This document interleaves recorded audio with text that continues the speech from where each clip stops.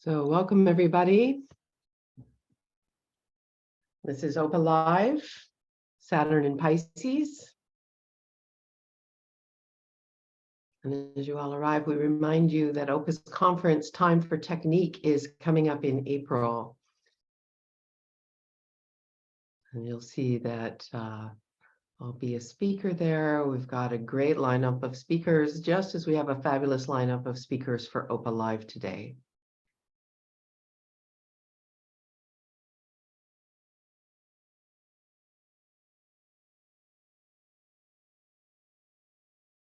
We also have some room in some of our mentorship groups. So if you haven't signed up for mentoring yet, please look at the website, the events website. You'll see that is available. Peer groups are part of OPA's certification program. There's also a number of peer groups available in May and June, and then in the fall. And what other delights do we have for you? Obviously, we have the Evolving Astrologer magazine, formerly Career Astrologer, and that issue will be released in the next couple of days.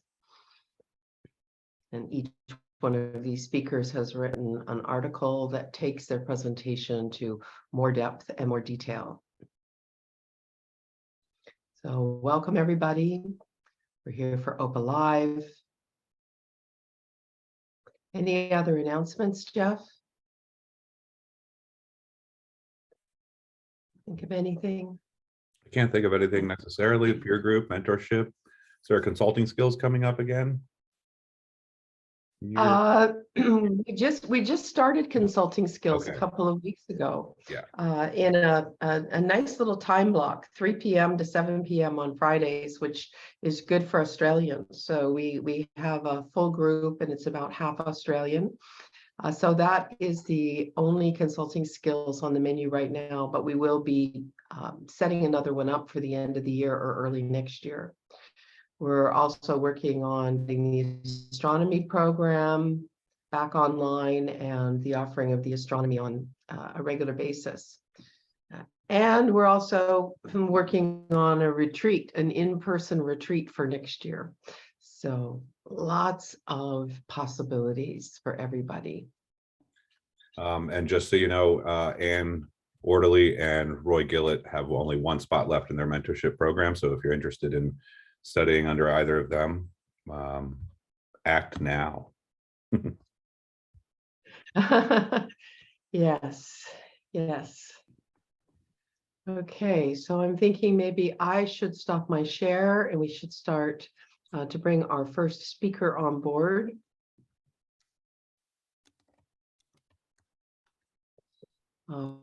First, I'll talk a little bit about today, which is that, Saturn is coming into Pisces. It's already arrived on the 7th of March, so we're starting to feel it a little bit. So it's very different than, we've had Saturn in Aquarius, Saturn in Capricorn, so we've got a whole new vibration. And we're looking today at what we're building on this earth plane of existence, collectively and individually. What will we let go of? Always the theme of Saturn, to let go of what no longer works to build the new. And we'll be looking at the laws of reality, previous Saturn in Pisces periods for sure.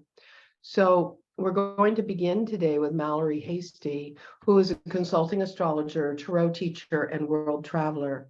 With her degree in English, writing, and religious studies, her knowledge of poetry, literature, and religion often makes its way into her healing work, as well as her teachings and classes. Her astrological practice is rooted in the Hellenistic tradition, her main focus being to guide clients toward embodiment, inner child healing, and nervous system homeostasis. She loves to work with highly sensitive people because she is one herself. Mallory is currently pursuing professional certification through OPA. I know she's almost done, and was recently awarded one of OPA's most promising astrologer grants in 2022. So I welcome Mallory. And we will all disappear in the background for Mallory to show up and share her slides. Yay. Okay. Gonna get this up here. Okay. Does that look okay, Jeff/K? Yes, it looks great, Mal. Okay, awesome. Well, yeah, I'm so excited to kick off our Saturn and Pisces panel today. And I've always thought maybe the best way to learn about certain transits is to really zoom in on how this transit may play out in the natal chart. And we can learn a lot about the people who have this transit in their natal chart. And Saturn and Pisces is an especially sort of oxymoronic sort of placement, right? And it presents us with this inherent conundrum. So today we'll be taking a little peek at two of my favorite Saturn and Pisces natives, Walt Whitman and Bad Bunny. I also am a Saturn and Pisces native. I have Saturn hanging out with my sun and moon. So this is a transit that is kind of close to my heart as well. Now, starting off with this quote from Walt Whitman, "Do I contradict myself? Very well, then. I contradict myself. I am large and I contain multitudes." Here, I really like what he's speaking to. It feels very Saturn and Pisces. He's sort of revealing this inherent conundrum that this planet sign placement presents. And before we even dive into Walt Whitman as a person and maybe what he may teach us about Saturn and Pisces, I just kind of want to talk about the sort of contradiction of terms that this placement often reveals, right? And if we think about it, who is Saturn? Saturn is the planet of limitation and structure and the buildings of foundations. Whereas Pisces is Jupiter's sign, right? Pisces is about spiritual expansion and also kind of takes us into these sort of unknown, celestial, ethereal territories. So what does the planet of material structure do in the sign that, you know, sometimes doesn't even have a body, right? One of my favorite ways to think about Pisces is in the context of Aries. And if Aries is sort of when, you know, the baby's head is crowning from the birth canal and, you know, is coming into this world and is being caught by the nurse and given a name, you know, that's Aries, you know, the first moment we have on this planet. And Pisces is whatever comes before that, right? And we can't even really put words to it. We're in this sort of ephemeral state where we're marinating in this embryonic fluid, but also maybe even deciding things on a soul level that we'll never completely become aware of in this human life. So we can kind of see, you know, there's already something weird going on with Saturn and Pisces. It's a little bit hard to speak to. A few images that I sort of came up with, well, besides the melting clock, that's I'll give credit to Salvador Dali for that one. But just a few images I thought we could maybe think about just before we even dive into the charts. You know, the melting clock, building a fence in the ocean, a ghost laying down bricks, the answer to the Sphinx's riddle that's never quite discovered. You know, all of these images that I kind of made up here kind of speak to the conundrum that Saturn and Pisces presents to us. And we might start to parse through this conundrum by looking at certain natal charts, right? And the more we look at the natal chart of the Saturn and Pisces native, we see that these people tend to dissolve previously held structures and sort of pull out this entirely new paradigm. There's also this theme of optimism and service in the face of the worst case scenario. We see this with both Walt Whitman and Bad Bunny.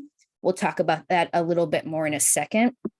There also is sort of this spiritual crisis and inability to find meaning at times. Sometimes Saturn and Pisces reminds me of, you know, the book of Job in the Bible. It's sort of this, why is God punishing me? Or, you know, what is the meaning of this struggle?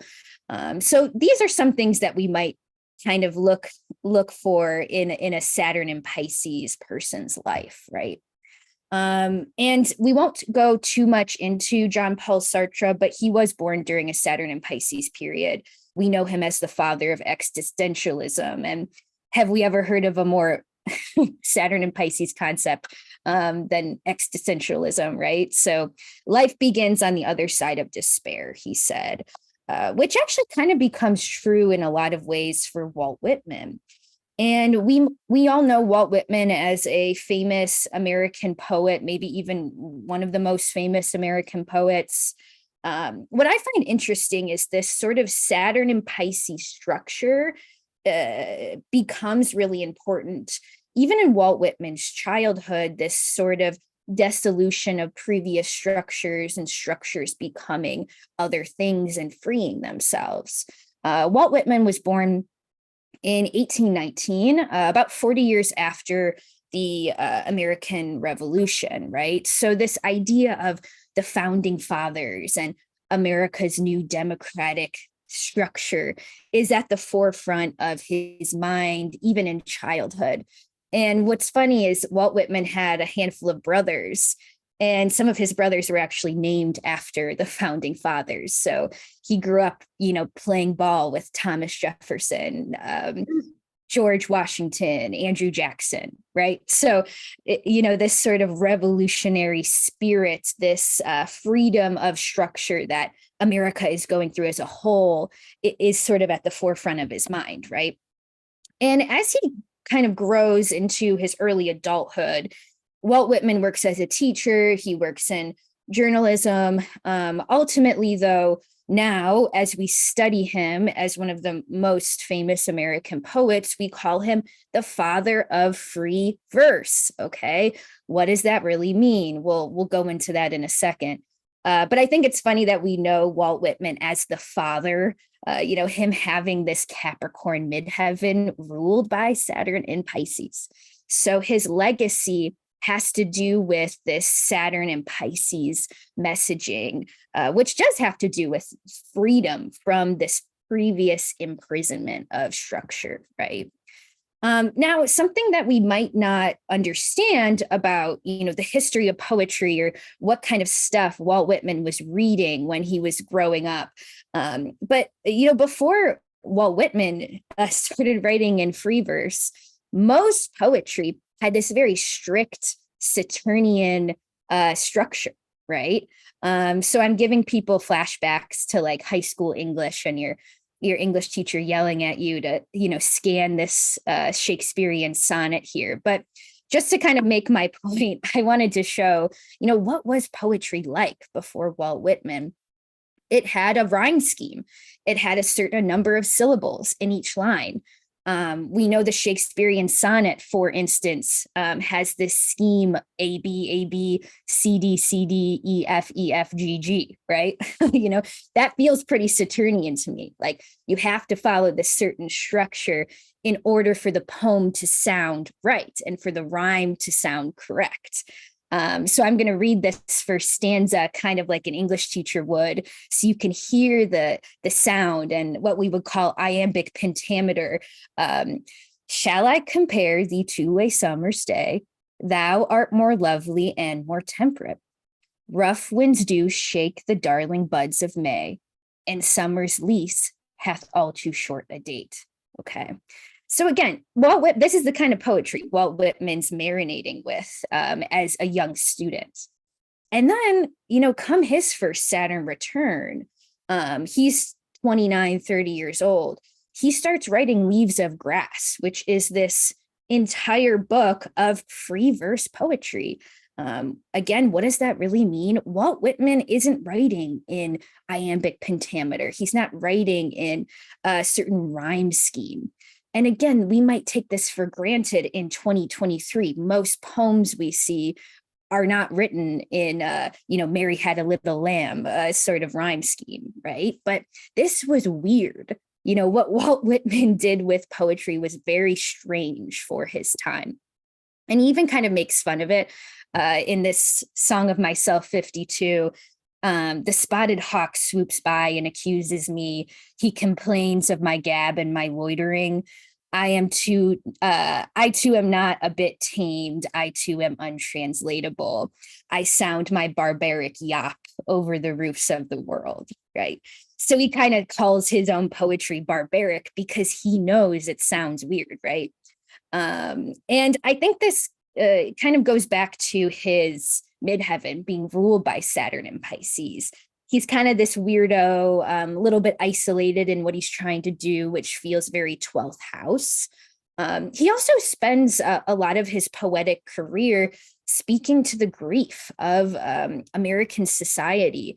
Walt Whitman lives through the assassination of Abraham Lincoln, and ends up writing a handful of poems, most famously, "Oh Captain, My Captain," which end up speaking to the grief of American society as they see not only their sort of president dying in this really traumatic way, but they're also seeing the structure of their country themselves kind of crumbling in front of them. And Walt Whitman spends the latter half of his life, a lot of the time he's in a Civil War hospital, reading to wounded soldiers, writing letters home for them.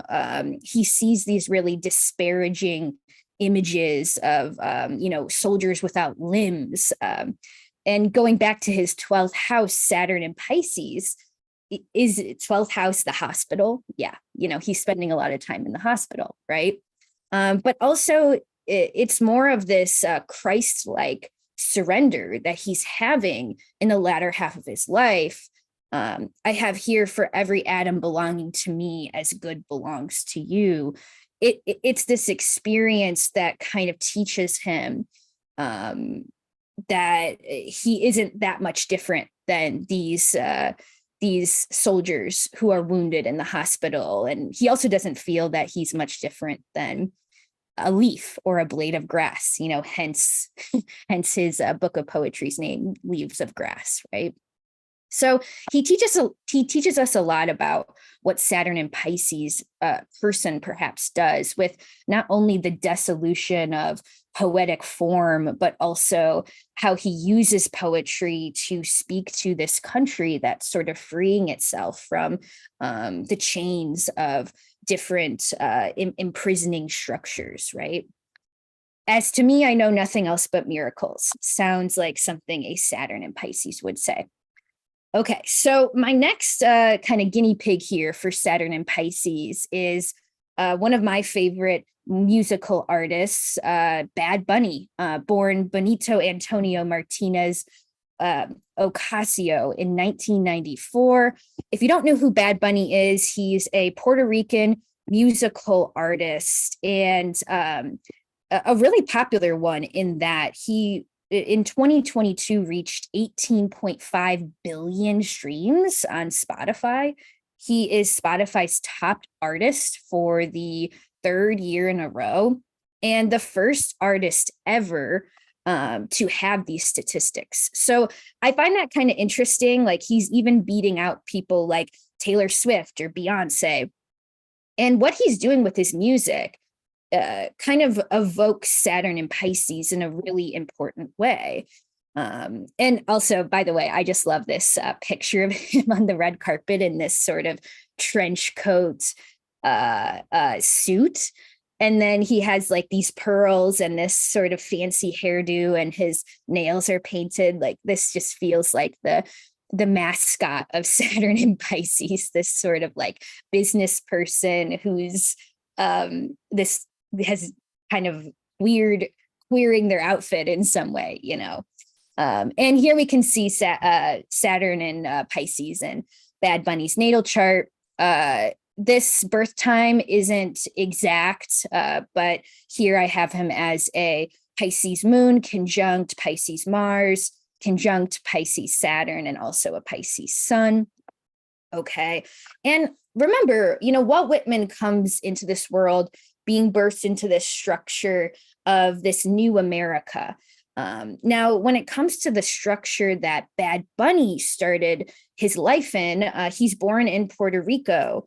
And we know that throughout his lifetime, Puerto Rico as a country, by the way, I do know Puerto Rico's a US territory, but just for the purpose of this presentation, I'm going to refer to it as a country.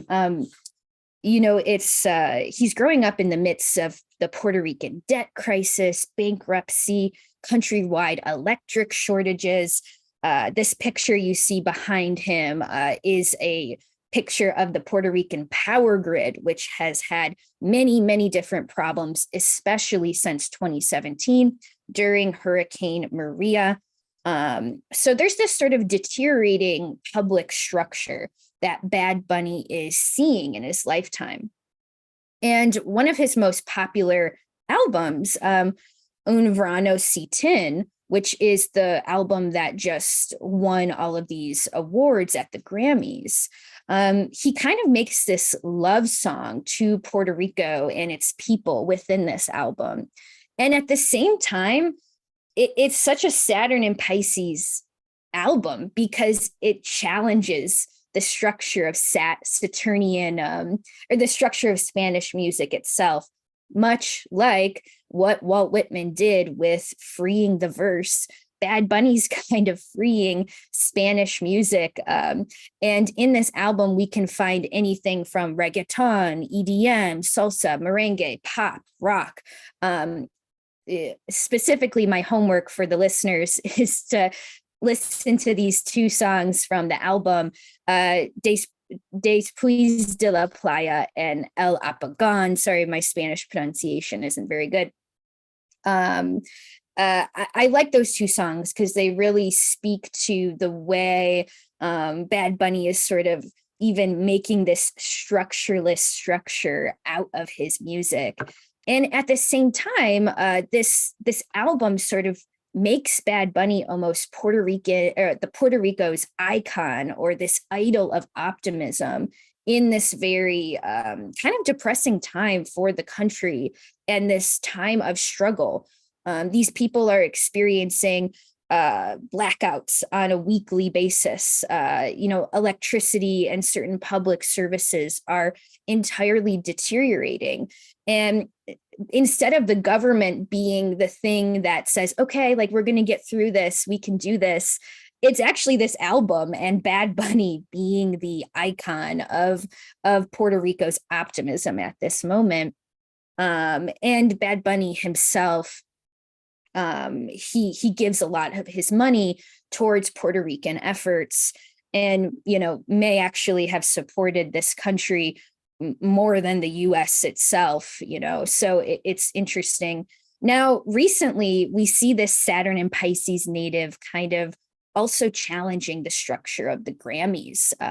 Now, we know the Grammys as this American music award show, and he recently won the Latin Artist of the Year.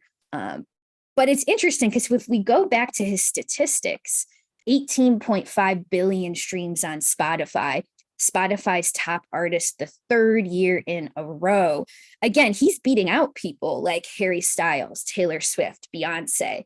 Yet, they give him Latino Artist of the Year instead of Artist of the Year in general, so it's almost like him kind of being gypped a little bit at the Grammys is speaking to the greater context of what the Grammys is, the structure that the Grammys sort of evolves around, which is mainly a white-centric, English-centric structure, right? And he famously gives his acceptance speech in Spanish, or the Puerto Rican dialect of Spanish.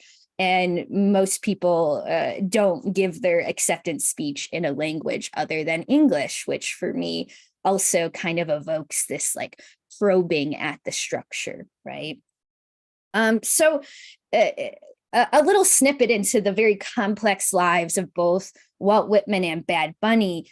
But what can we learn about Saturn and Pisces from these people? We kind of look at Saturn and Pisces native as someone who perhaps is a beacon of hope during times of structural growing pains, especially for their nation as a whole. They're maybe able to find meaning where it isn't easily found. And also through their own service and philanthropic efforts, they're able to potentially boost the morale of many different people. So I think it's quite interesting to kind of see the parallels between these two people. And yeah, again, these two songs here are both, I think, really good songs when we think about Saturn and Pisces and sort of the dissolving of structure when it comes to certain artistic modalities. But that's about it for me. Thank you so much for letting me talk about some of my two favorite people, Walt Whitman and Bad Bunny. And I hope I can inspire people to read some new poetry or listen to some new music. So Thank you so much, Mel. That was great. That was really a great presentation. I love Bad Bunny myself. And Walt Whitman, I don't remember from school. That was too long ago. But you bring forward some good points. So next, we will move on to Giulio Pellegrini. You can start to get your slides going. Giulio is based in Los Angeles and is an astrologer and senior web technology designer for Apple. His astrology practice is aimed at helping clients create breakthrough results by bringing awareness to hidden talents and untapped, holding that thought, untapped inner resources. As a researcher, Giulio seeks to illuminate the spaces that intersect traditional and modern astrology with psychology, art, music, and science. He studied with the Faculty of Astrological Studies and is a certified horary practitioner of STA. He has lectured at NORWAC, Kepler College, the Astrological Association of Great Britain, obviously OPA and our iAstrologer Conference, University of Michigan, and regional astrology groups. He currently serves as presiding officer for the Association for Astrological Networking, known as AFAN. So welcome, Giulio. I'm so looking forward to your topic of Saturn in Pisces. Thank you so much, Kay. Thank you. And thanks to OPA for organizing this great event. I think that a lot of astrologers are excited about Saturn in Pisces. That's what I found. Like everyone's just, they're into it. We're imagining what Saturn in Pisces is about. And there's a lot of sort of exuberance around this topic, which has been so great. I found myself drawn to 19th century romantic poetry and literature. So Byron, Kelly, Keats, the Brontes. And as I was doing research for this, there's a strong connection between Saturn and Neptune, and sort of this romantic relationship to the arts, beauty, and nature. And we'll see that in the next slide. And there's just also this thing about these young poets. They were so talented, and many of them died very young. So there's just something about burning brightly and fading out fast that is fascinating. That is this darkly romantic sort of theme that the poets actually leaned into. They were all about that. And these poets of the 19th century, they were like rock stars of the day. They were very famous. Byron sold 10,000 copies of his Childe Harold's Pilgrimage. I mean, 10,000 copies in the 19th century. That's incredible. And their exploits and goings on were all about were all over society. So what is romanticism? It's been called by Harold Bloom, literary critic, the internalization of a quest romance. It's a transformation of the historic quests of the Middle Ages into interior spiritual journeys. Now, so that's what the Piscean journey is. In Leo, we find the extroverted heroes of Greek myth. And in Aquarius, the story starts to turn inwardly in the shape of medieval romances and like misty tales of Arthurian legend. A little more, a little out there, a little queer, But then in Pisces, the quest becomes completely internalized, and it becomes a spiritual journey, often expressed through art. Romanticism was in part, I believe, a reaction to the Age of Reason and the Cartesian split. So along comes Neptune, Romanticism begins to bloom, and there's a sense of trying to recapture some of the subjectivity. Romanticism favors values that are individual, subjective, inwardly turning, and emotional, and it's concerned with our senses and our inner responses to our experiences. And I was looking at, this was fascinating to me because I was checking out a lot of charts, and I was just seeing this overlap between Saturn and Neptune in a lot of the Romantic era charts. And I had never seen this chart before. This discovery chart of Neptune. We find that Neptune and Saturn are conjoined, at partile conjoined. Like, wow, incredible. What could this mean? And then we also have, Mercury, Venus, Mars in Virgo, the Sun in Libra. It's the way that the planets are distributed really speaks to a partnership between Neptune and Saturn in bringing new forms of creative inspiration, South Node in Aries, and bringing those forms into structures that illuminate, that are, it brings it down to earth. We've got all of these personal planets in Virgo. So there's this transpersonal, personal interchange when it comes to Neptune and Saturn. So I thought that was really interesting. To me, it spoke to the partnership between Saturn and Neptune, and this idea that creative works were given to humanity, like our inspiration is given to humanity for a purpose, for a deeper spiritual purpose, and we are meant to create and meant to ideate and meant to turn our imagination, our imaginative faculties into real world experiences. So Saturn's transit through Pisces is moving away from structure, or moving away in a way from the rulership of Capricorn and Aquarius, and into what I think of as like a field of dreams. It's an opportunity to remake our tales, and we're traveling into like a distant realm of like Valinor, Valhalla, the Undying Lands. It's mysterious. It draws us in. It's aspirational. It's like the undiscovered country. There's a sense of mystery in what comes after life. And this transit offers us a profound opportunity to broaden our creative vision, to lean into inspiration, make contact with the inspiration sort of emanating from these mystic lands. And we can think of that as places hidden within us, or maybe about us beyond our usual humans seeing and sensing. And it seems as though that when Saturn is in Pisces, we see that art moves into the foreground. So musicians and writers, philosophers, even scientists are having these breakthroughs in all these disciplines, and they're inspired to bring new forms of expression into existence and weave new myths and new ways of seeing into the collective imagination. And through the arts, we have that opportunity to experience timelessness. The idea of being lost in a book or a movie is a special gift of Pisces.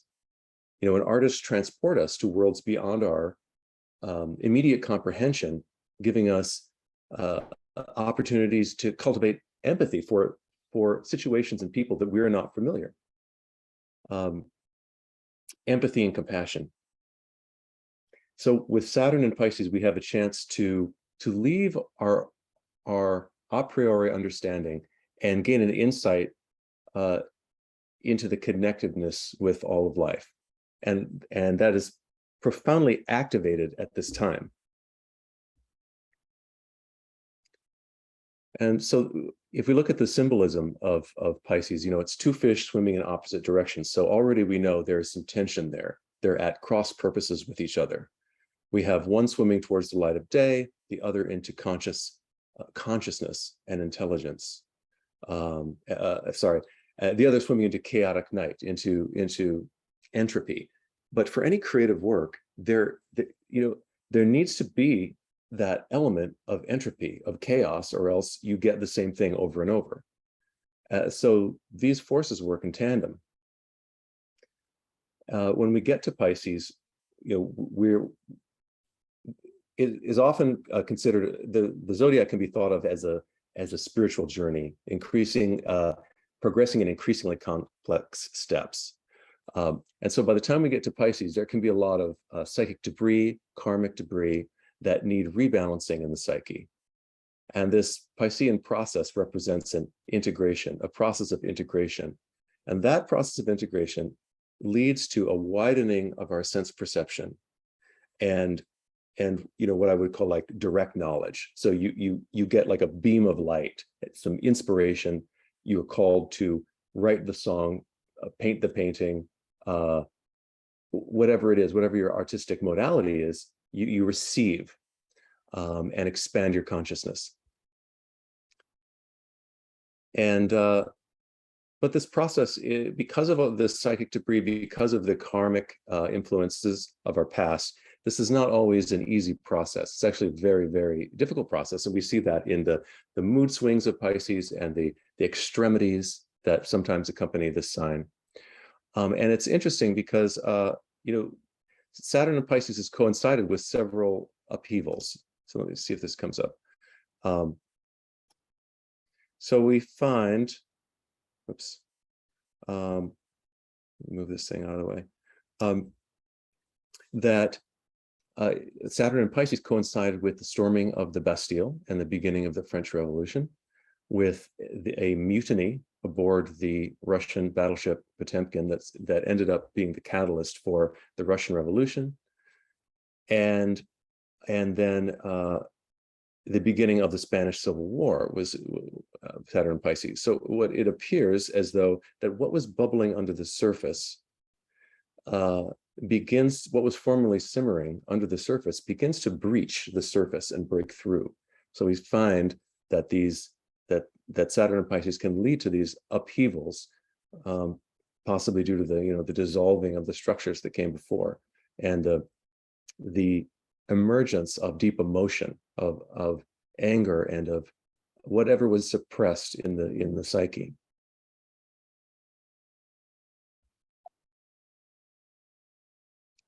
And this journey it's a journey, and this journey is not without peril. And as I was thinking about this, it reminded me of Galadriel in The Lord of the Rings, when she's tempted, when Frodo offers the ring to her, the ring of power, and what it is a test of spiritual worthiness.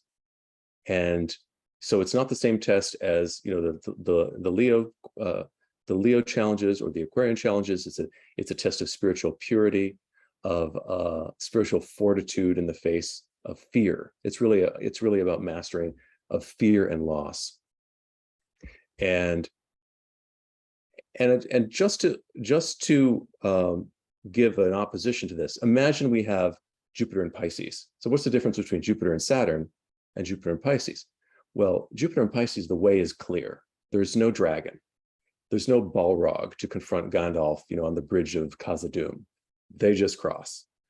But with with Saturn and Pisces, there's a struggle, and there's something to overcome, and there's that heroic inner battle. Galadriel ends up not taking the ring, and she says, "I will diminish and go into the west and remain Galadriel."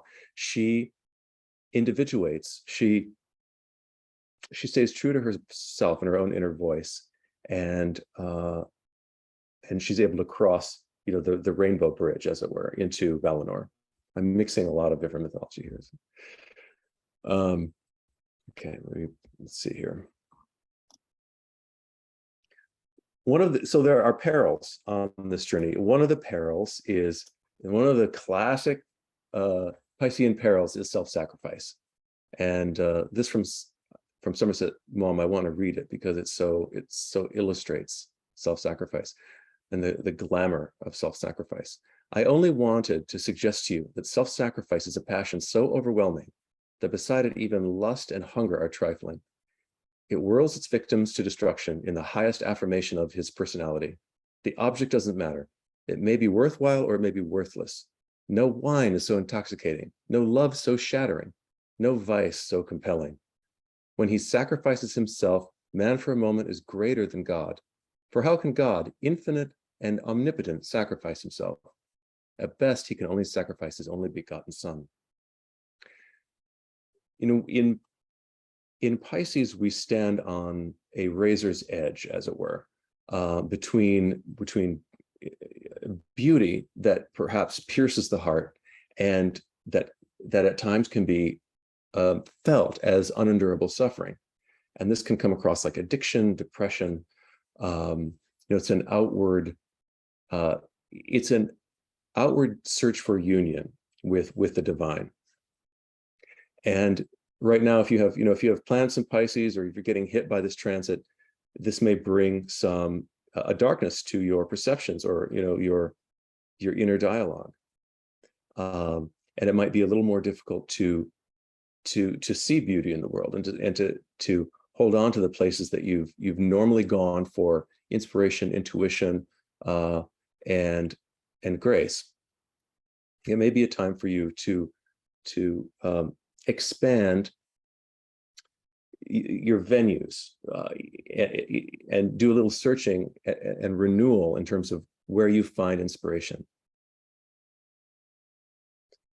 Let's see here.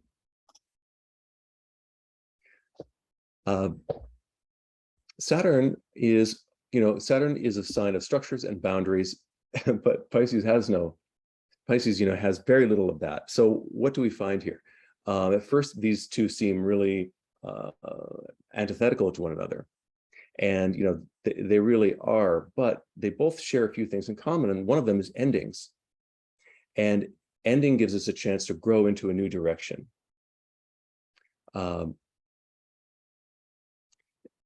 Saturn also is about deep contemplation, about the flourishing of creative faculties through concentrated effort. Whereas on the other hand, Pisces is about more intuition and removing that which is illusory to find the truth. So both Saturn and Pisces operate at the level of seeking authenticity, but they go about it in vastly different ways. And I love this image here because when I think of Saturn and Pisces, it's the question I have is, what does Saturn bring to Pisces, and what does Pisces bring to Saturn? So Pisces will bring a softening to Saturn. So Saturn is no more the Leviathan out to sink ships, and he's not the great whale of Moby Dick. He's more of a majestic creature, of something benevolent, slow moving, and creative. And then Pisces inherits some structure, balance, form. Pisces is able to create with intent. And this little dolphin, this little whale in the middle, I think is their creative product. It's Saturn and Pisces and their little baby.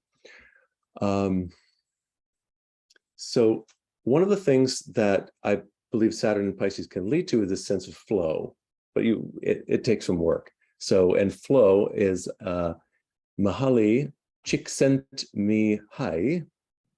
I practiced that a few times. It's a focus that once it becomes intense leads to a sense of ecstasy, a sense of clarity. You know exactly what you want to do one moment to the other. And that's when you're in the zone. That's when you're at the piano and you're working on a song, and it just comes to you and it begins to flow. But we know that won't happen if you don't put in the hours ahead of time to learn the basics of playing the piano. The same can be true of writing and painting and every other discipline. So Saturn now gives us that opportunity to hone our artistic and creative skills. So reaching Pisces, when wherever Saturn moves, it changes the conversation, our collective conversation. And now that Saturn is in Pisces, the focus turns to the arts. The focus turns to this ethereal, ephemeral realm. It's extraordinarily subtle. This is a realm that's multifaceted. It includes sensory experiences and transcendental experiences. And this is why Pisces can be so difficult to manage. If you think of Pisces, it can be there's so much sensory experience coming. The 18th century writer Edgar Allan Poe said that which you mistake for madness is but an over-acuteness of the senses. And I think, some of our artists, we ask an awful lot of artists in this culture. So we ask them to be wildly creative and inspirational, but then we also say, well, and you have to, make a lot of money, and you have to be balanced and mentally okay all the time. There's almost no room for what we would call mental illness today. There's no room for it. And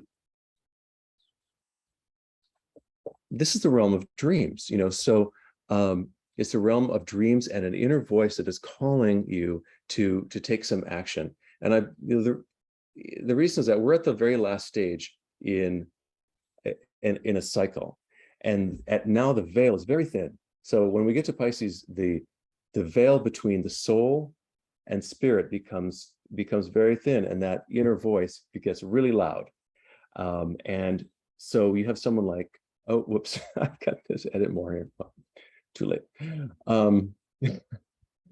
Someone like Emily Bronte is so fascinating because I believe she was about 25 when she wrote Wuthering Heights, and it is so filled with drama, pathos, violence, anger, passion. It's just the most Piscean novel, and it can really be read as an extended discovery or an extended discourse meditation on Piscean themes of love, obsession, explosive emotion, and it has been linked. It was linked with the diamond. So there was a German theologian that called it a supreme example of the daemonic in literature, meaning a fundamental experience surpassing all religious doctrines. This is a personal experience of the holy.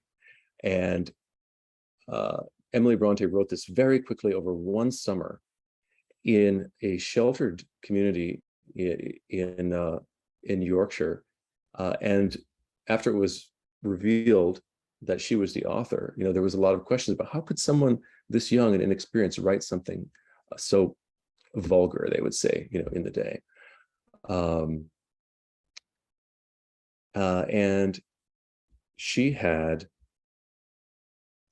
Emily Bronte was really channeling something from the deep past and unsubconscious.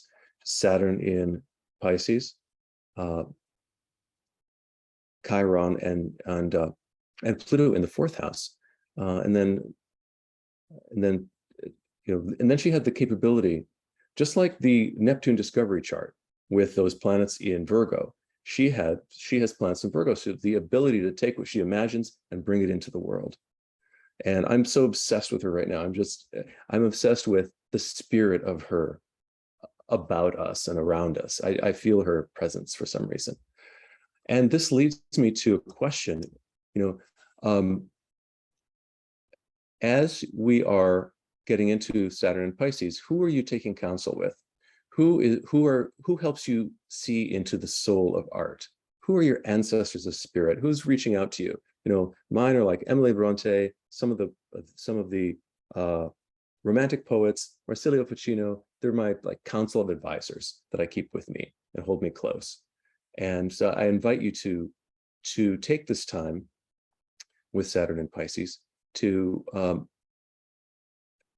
reestablish, to make contact with those archetypal daemons that that may help you through this season. It can be Saturn and Pisces can be a dark time, a dark season, unless we turn towards art and beauty and aesthetics and compassion.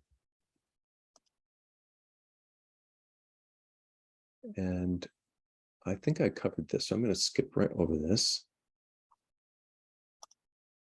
And I want to talk about the journey of art. Okay, so Pisces is linked so strongly to the idea of arts, and what we see is, hang on just one second.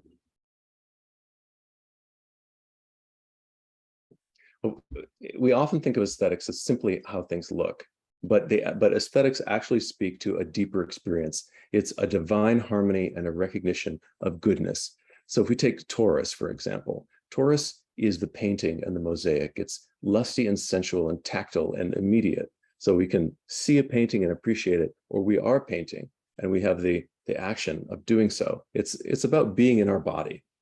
But then in Libra, once Venus moves into Libra, art is a social construct. So we're thinking about art as the art docent, assessing its hierarchy and value. And then when we get to Pisces, Venus is exalted in Pisces. Now we're thinking of art in a very different way. It's one's life of work. It's art itself. Life as a work of art. It's a way of being with the world.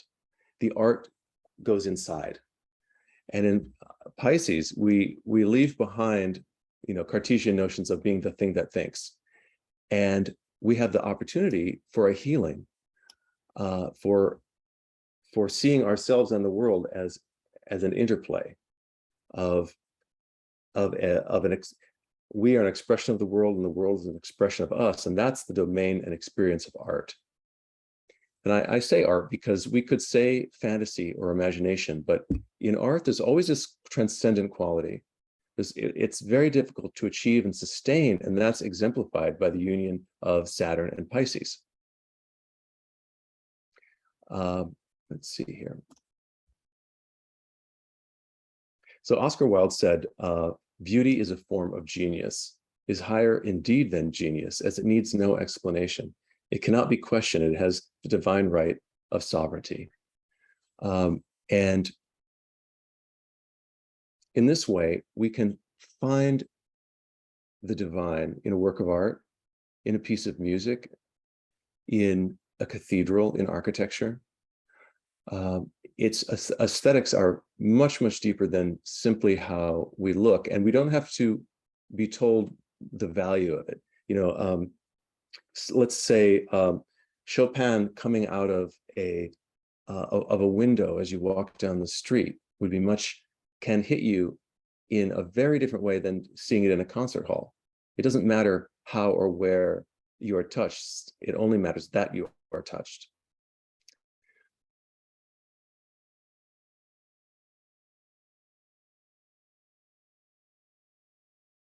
And another point about art is that Oscar Wilde provocatively said that he suggested that life imitates art. So instead of art imitating life, he says, no, life imitates art. Okay, wow, that's crazy. It turns the notion of divinity on its head. And the reason is because Wilde believed that truth is perceived through language, music, and the arts. He said things are because we see them, and how we see them depends on the arts that influence us. And he remarked that, the fogs of London were invisible for centuries until romantics began to paint them. And then people said, oh God, the beautiful fogs of London. Well, before they were just a nuisance. And then suddenly Monet became obsessed with the bridge at Waterloo, painted it, and painted it. And then suddenly people began to see the beauty of the fog in London. And so that's very interesting. This idea that Pisces and Saturn and Pisces gives us an opportunity to see things we've never seen before, to see beauty in new ways, to see the world redrawn.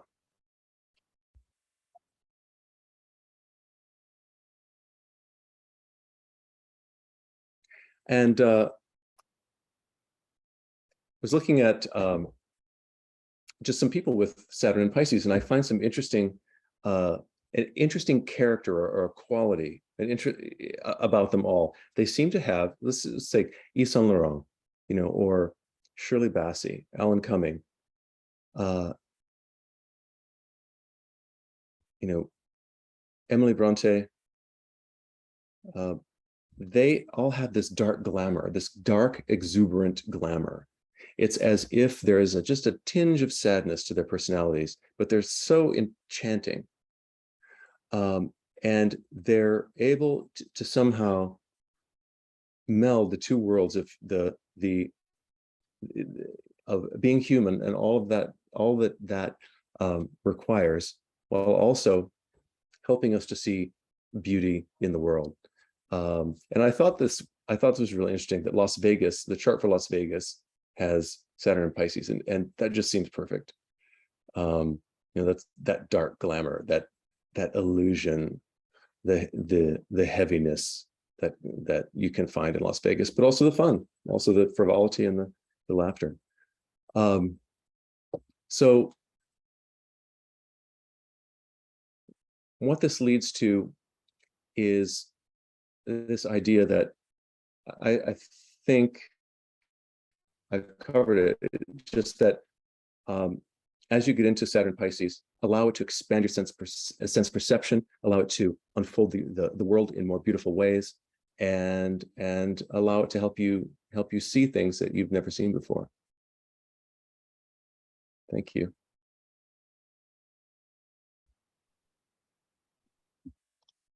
Thank you so much, Giulio. Very, very interesting. Ah, yes, Saturn and Pisces, all that beauty, all that mystery. So we now get ready to move to Gina and Hollywood's Saturn and Pisces experience, going deep into film and creativity. So Gina's first career was as a journalist, most recently covering Hollywood for the Los Angeles Times. She discovered astrology in the early 1990s, and after years of private self-study, she received her astrological certifications from Kepler College in 2014 and has worked professionally as a counseling astrologer ever since. Active on social media, Gina's astrological writing has appeared in OPA's Career Astrologer magazine, and she has a forthcoming piece co-authored with Sam Reynolds, publishing in the Mountain Astrologers spring issue. So welcome, Gina, to our panel. Thank you so much. I so appreciate this opportunity, Kay, and thank you, OPA. And what amazing presentations by Mal and Giulio. I learned a lot already. So let me see if I can get my screen to share properly. So can you see that okay? Hopefully that'll work. Looks great, Gina. Yes, looks good. Okay, great. So I'm going to talk about Saturn and Pisces and its influence on Hollywood, the entertainment industry. You know, what I've seen looking at charts that date back to the turn of the century when movie making and movie going became you know, a real pastime in an industry, was that Saturn and Pisces is a signature for creative breakthroughs, for structural shifts in the industry, and also for a moral ambiguity or arguments around what is morally appropriate. We've seen, and I'm going to kind of go through this. It sort of works as a narcotic on filmmakers as well. Saturn and Pisces inspires delusions of grandeur and productions as groundbreaking as they are detached from reality. We saw this, also saw Saturn and Pisces as a signature for the migration of filmmakers from the East Coast in the 1900s to Los Angeles in the first place. And then in the 1930s, we saw this as a signature for the creation of Hollywood glamour. So from the reign of the studio titans in the 1930s to the moral ambiguity of the 1960s and the digital and indie revolution of the 1990s, Saturn in Pisces was playing a role.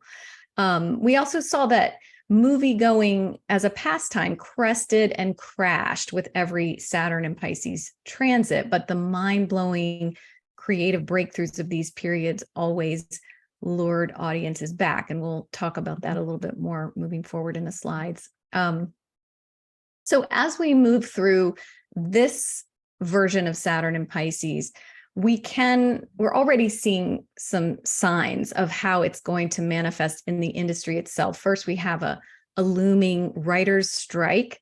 And the whole idea of who owns the creative endeavor, who owns the idea, and what are the boundaries of ownership is being, brought to the fore and is likely to continue to be an issue through this Saturn and Pisces period. Also, technology and artificial intelligence, machine learning, and what that means for how we create, particularly in the film industry, is already surfacing, and is likely, the morality around that too is likely to become more and more of an issue as we move through Saturn and Pisces. And then distribution systems in the industry, in the entertainment industry, but specifically in filmmaking, Saturn and Pisces has always in the past had an effect on how we consume the media. And right now we're experiencing theater chain bankruptcies and the so-called streaming wars between streaming platforms. So we can expect that that's going to be play a role as we move forward. But just to kind of break down what this looked like in each era since, and I start with the Saturn and Pisces transit of the early 20th century, because this was when Hollywood as we know it was born. And this was also during a Saturn and Pisces transit. So it's sort of a fitting lineage for the so-called dream factory to have been formed during a Saturn and Pisces transit. It marked the arrival of the first myth makers, the first filmmakers to Los Angeles from the East Coast, because up until this point, while there were movies being made, they were not feature-length films, and they were all being made in places like there were some studios in Pennsylvania and in New York, but this was the first time that, and I'm just going to describe this a little bit more, Thomas Edison, who was the father of the technology, he invented and he patented the kinetoscope, which was a movie viewer prototype on which future movie cameras were built. And over the decade following that, Edison, who is an Aquarius born with Saturn and Pisces, built a movie-making empire on the work of other inventors, acquiring and patenting their technology until Saturn and Pisces, and this is a signature I've seen in several of these eras, the creative have-nots, those who in the past had to surrender or sacrifice their ownership of the technology to Edison, who had more status and power at the time, they reclaimed ownership in the years following this. And during the Saturn and Pisces, he lost his years-long monopoly and patents. And as a result, the technology moved forward in new ways. So it was freed from his sort of the Saturn in Aquarius years when he was really in control. This was the era of the Nickelodeon craze, which really was sort of a prototype for movie going as we know it. It was affordable and gave access to the masses to this new interesting technology. And interestingly, the owners of these early exhibition halls, so we had the Nickelodeon craze, which was kind of a dusty, very casual experience. And then moving into the 30s, that during the next Saturn and Pisces period, that experience of movie going transitioned to one of more glamour and theaters that were more of a evening out and a little bit more high end. But it's interesting that the owners of those early Nickelodeons, William Fox, Carl Laemmle, and Louis B. Mayer, became the studio titans during the Saturn and Pisces transit of the 1930s. Again, we see this concept of those who had less than. So in this case, a lot of these early Nickelodeon owners were themselves have-nots. They were immigrants who were struggling to assert themselves in a new culture, and they became the privileged haves when they got to the 30s, and they became these studio titans. So freed from Edison's litigious threats, and he was a very litigious man, the creative techniques that were needed to, advance this new experience of moviegoing, became standardized in a new way. In 1907, Chicago movie projectionist Donald H. Bell and camera repairman Albert Howell, people who came from relatively humble origins, another sort of Piscean signature, formed the Bell and Howell Company and revolutionized motion picture photography and projection equipment. And all of these developments taken together led to the establishment of an enduring industry that manufactures the Piscean dream state, that brings fantasy to life and also continually tests the limits of morality. And that was another thing I'm going to talk about a little bit more too, is this idea of Saturn in Pisces. And Mal talked a little bit about nihilism, a little bit about this idea of loss of innocence. And I think that was especially true when we look at the 1930s transit of Saturn in Pisces. It was the height of the Great Depression and the tragic signature of Saturn in Pisces opposite Neptune and Virgo, and people needed to escape and numb out to the Piscean illusion of glamour. But behind the scenes, we really saw that Hollywood was a Saturnian patriarchy that fed their starlets drugs, manipulated their love lives, and terrorized their child actors.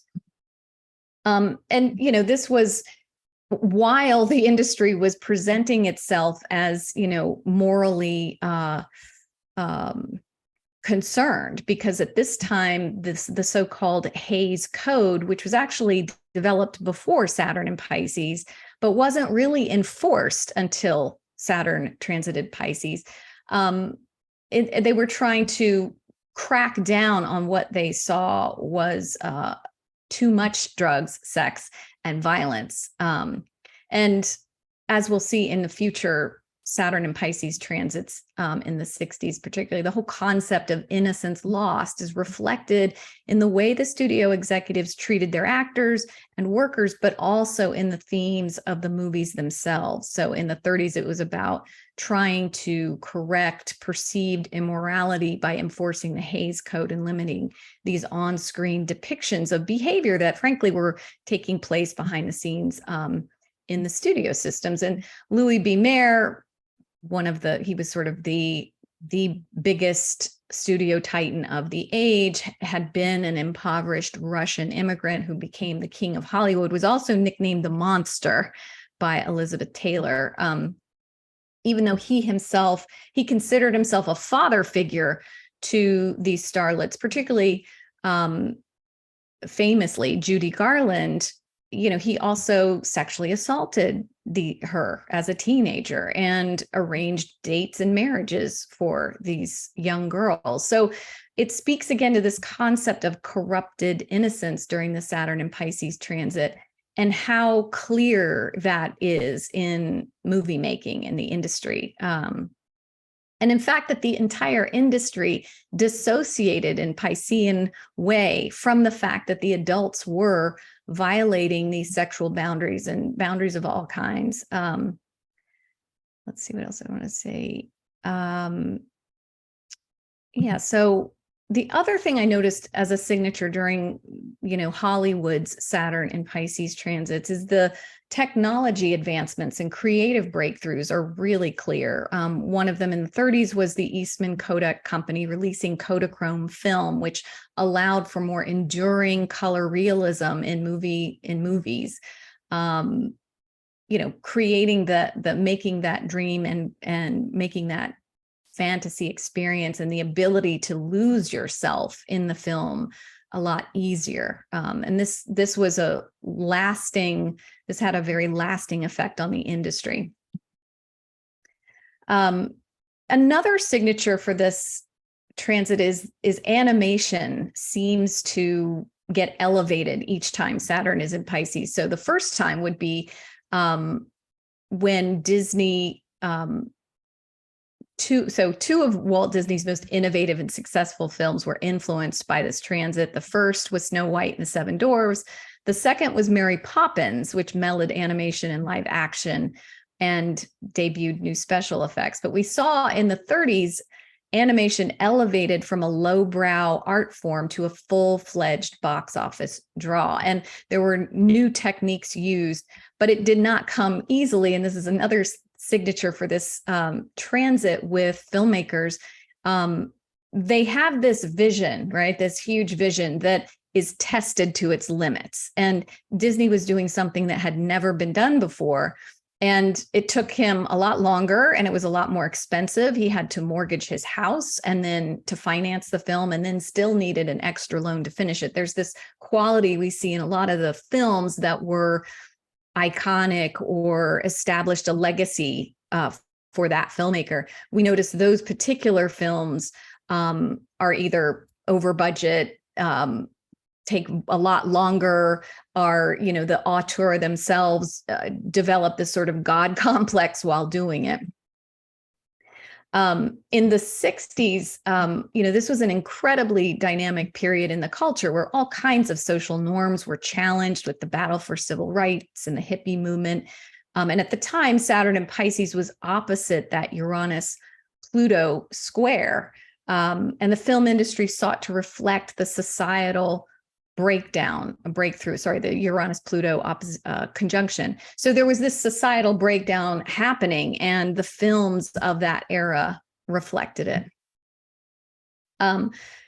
Produced, the Bonnie and Clyde is a special, especially sort of that Saturn and Pisces nihilism that has been touched on by two other folks here today. It was produced by Warren Beatty, who was born with Saturn and Pisces, and he shot this film during his Saturn return. And like so many other Saturn and Pisces productions, it was late and over budget and expected to fail. There's definitely a clear underdog quality to the films that were being produced and written during Saturn and Pisces, which I think is interesting. And yet this became a sleeper hit. And one of the era's totems of realistic violence in this new age of film, bringing more realism to the screen, in a lot of cases meant dealing with some really difficult subjects and the whole concept of disillusionment. Bonnie and Clyde was one of the first mainstream American films to depict graphic violence. And, that whole concept of loss of meaning or nihilism that was actually going on in the culture at the time as well. It was this era of moral ambiguity, and thanks to broad revisions in that Hays Code that was being enforced in the 30s, they relaxed a lot of those restrictions the next time Saturn transited through Pisces. And so limits on sex and violence were dissolved. And this led to a whole generation of films about sexual promiscuity, drug experimentation, and extreme violence, all signatures of that era's Saturn in Pisces, trine Neptune in Scorpio. It's interesting too, the way that Saturn in Pisces plays in terms of the visual arts, plays with boundaries. This was a time when during the advent of widescreen filming in 7mm and the whole concept of cinerama, it inspired filmmakers to shoot longer takes and play with the space within the wide frame. So once again, the notion of boundary and space is explored and tested with Saturn and Pisces. I just wanted to touch on Mary Poppins briefly. This melded animation and live action and debuted a whole new series of special effects. So it's interesting that Disney broke his own record with Mary Poppins, during a Saturn in Pisces, just like Snow White set records at the time. 2001, A Space Odyssey, I felt was a very clear, had so much Saturn in Pisces, and it was released $1.5 million over budget. And this is in the late 60s, so that's a lot of money. 16 months behind schedule, and he was still editing it after it was in theaters. Again, there's no end. It just feels like this creative process, this vision has no bounds, right? He was shooting it in that brand new Cinerama widescreen with 200 special effects sequences. And he aimed to communicate the narrative of this film through imagery and feeling rather than dialogue. So it was a sensory experience. And he spent the entirety of Saturn's transit through Pisces writing with futurist Arthur C. Clarke, producing and filming this epic. And it's interesting that the fact that the two of them spent 2 years simultaneously writing the 2001 screenplay and the novel really echoed that double-bodied nature of Pisces. So using groundbreaking techniques and an army of designers and expert consultants, he aimed to artfully depict the first contact with extraterrestrial intelligence. So there's this very cosmic Piscean consciousness conversation going on in this film that was so far out at the time that during its New York premiere, 250 people walked out. Critics didn't know what to make of it. They were put off by its 3-hour runtime, and the initial earnings were too little to even cover the $10 million budget, leaving the production $800,000 in debt. But this legacy lives on. This film is considered one of the most influential sci-fi films of all time. It seems even more relevant now as we grapple with the whole UAP phenomenon, this concept of godlike extraterrestrial entities influencing our consciousness, or the concept of, all things being one. In that film, it's just rife with Saturn and Pisces themes. So moving into the 90s, at this time, Saturn and Pisces was ruling the Uranus-Neptune conjunction in Capricorn, and we saw new technology that made imaginary beings even more vivid with Jurassic Park. We also saw a lot of structural changes in how the industry operated, thanks to this burst of digital technology that also helped to democratize production. So this was a very transitional era when VHS was transitioning to DVD, and digital film was showing promise as a replacement for celluloid. And independent film became more profitable, and then became more corporate with Miramax, Lionsgate, New Line, and then the big studios would swooped in, whatever that word is, to purchase all of those. So there's this little blip of time where filmmaking was, there was more independence allowed, and the boundaries, the sort of gatekeepers of that creative process had to give way to something completely brand new. And it created this opportunity for a lot more imaginative, new ways of narrative filmmaking.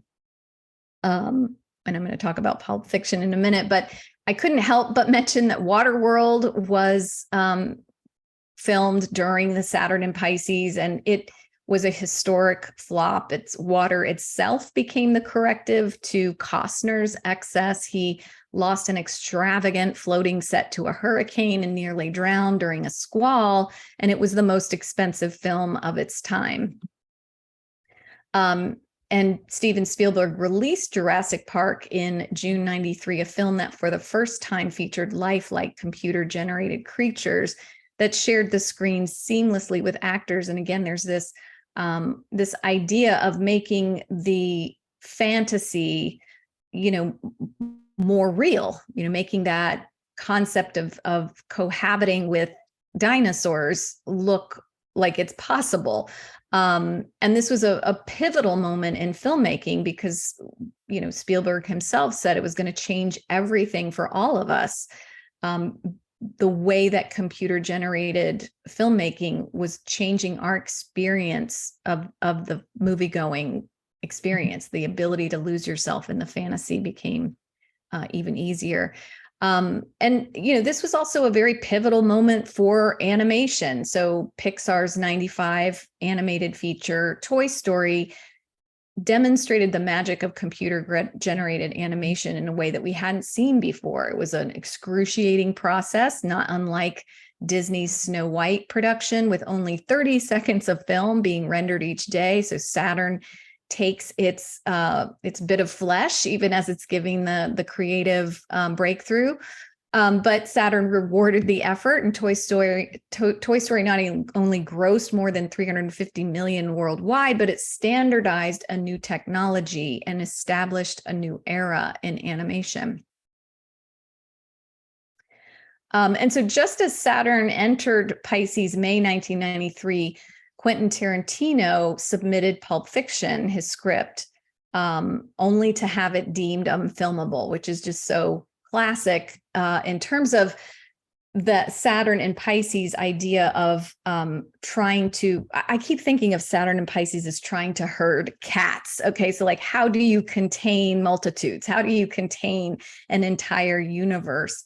But he managed to get it purchased. Harvey Weinstein actually bought and made that film, and it became the first indie to surpass 200 million at the box office. So the film's nihilistic themes pushed the boundaries of convention at the time. And in a way, it corrupted our own film-going innocence, right? Because those of you who've seen that film know that it does not adhere to the narrative conventions. It's all over the place. It's before and after and during. You never really know where you are in time in that movie. But it is interesting that Bonnie and Clyde and Pulp Fiction riff on the pulpy gangster genre that was established during the Saturn and Pisces era of the 1930s. So there's just this through line there. So here we are now, and Everything Everywhere All at Once swept the Oscars, which seems very appropriate, as that film really plays with narrative convention, and time seems to have absolutely no meaning in that film. But we're also faced with an industry-wide crisis as well. So major movie chains faced with empty theaters and anemic studio lineups, thanks in large part to the pandemic and what that did to the whole production process, are now facing insolvency. And the streaming platforms, most conspicuously Netflix, have overpaid for big budget films, and they also have a glut of content. So again, there's this ocean of creativity, this ocean of fantasy available, and no real boundaries to contain it. So a correction is almost necessary at this point. The astrology of Hollywood's looming writers' strike also looks a lot like the astrology of the two longest work stoppages in the Guild's history.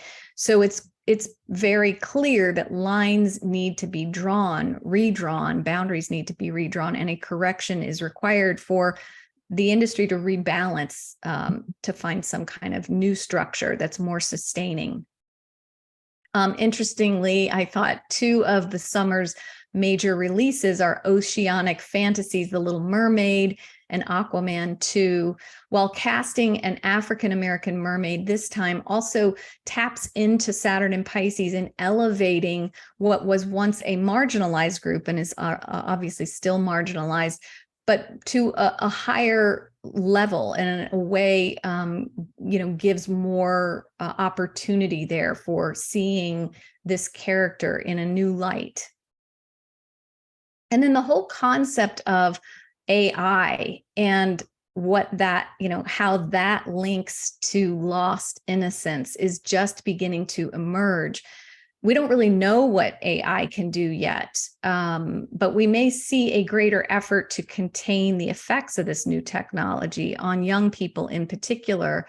Young people, and I would say, fragile people, because there's definitely going to be some corrective, I would say, to the concept of social media filters and what that has done to our concept of reality. And we might even see this in the proliferation of porn as well, because I think we've seen in the past, Saturn in Pisces has had an effect on our concept of what is moral and what is not. So there may be some restructuring around that. There may be a change in the gatekeeping in that way as well. I've seen that, I live in Tennessee, and we've seen this crackdown on drag performances here and in some other states. And so this too might be a reflection on Saturn in Pisces and attempts to preserve a perceived innocence, or attempts to modify what is believed to be moral and what is not. This whole concept of a cultural moral crisis, trying to assert different ways of asserting what is moral, what is not. Again, we saw the signature for the have-nots becoming the haves and the establishment dissolving. So it's a period where there could be real structural changes in the industry, corporate reorganizations, and power shifts as well. We could see, film themes confronting some of the societal corruption, bringing more attention to marginalized populations for the purposes of correcting, moral conflicts. So I want to say here. And, the other beautiful thing about Saturn and Pisces in the film world is it's always been this period of creative and technological breakthroughs, and also a signature for some form of indie spirit. So it'll be interesting to see how this new technology continues to free up artists who might not otherwise have a voice or have a platform, how it might give them more opportunity for creative expression.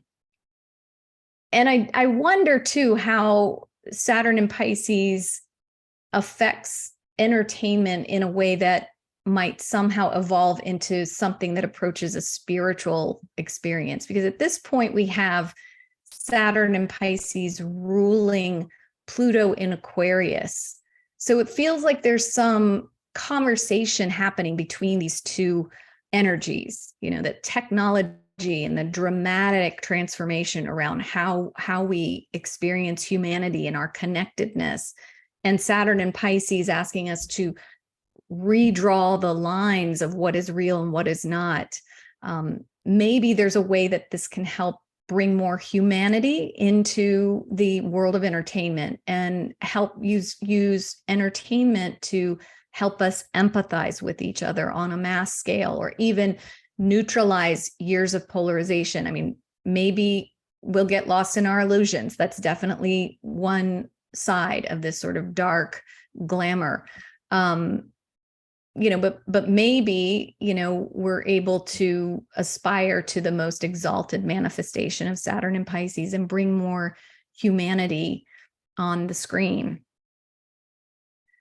So that is my presentation. Thank you so much for the opportunity. Oh, thank you so much, Gina. That was amazing. This is so wonderful to listen to each speaker and everybody talking about the same thing in a different perspective. And that was a great historical review of film. So we thank you so much. And we come now to our fourth speaker.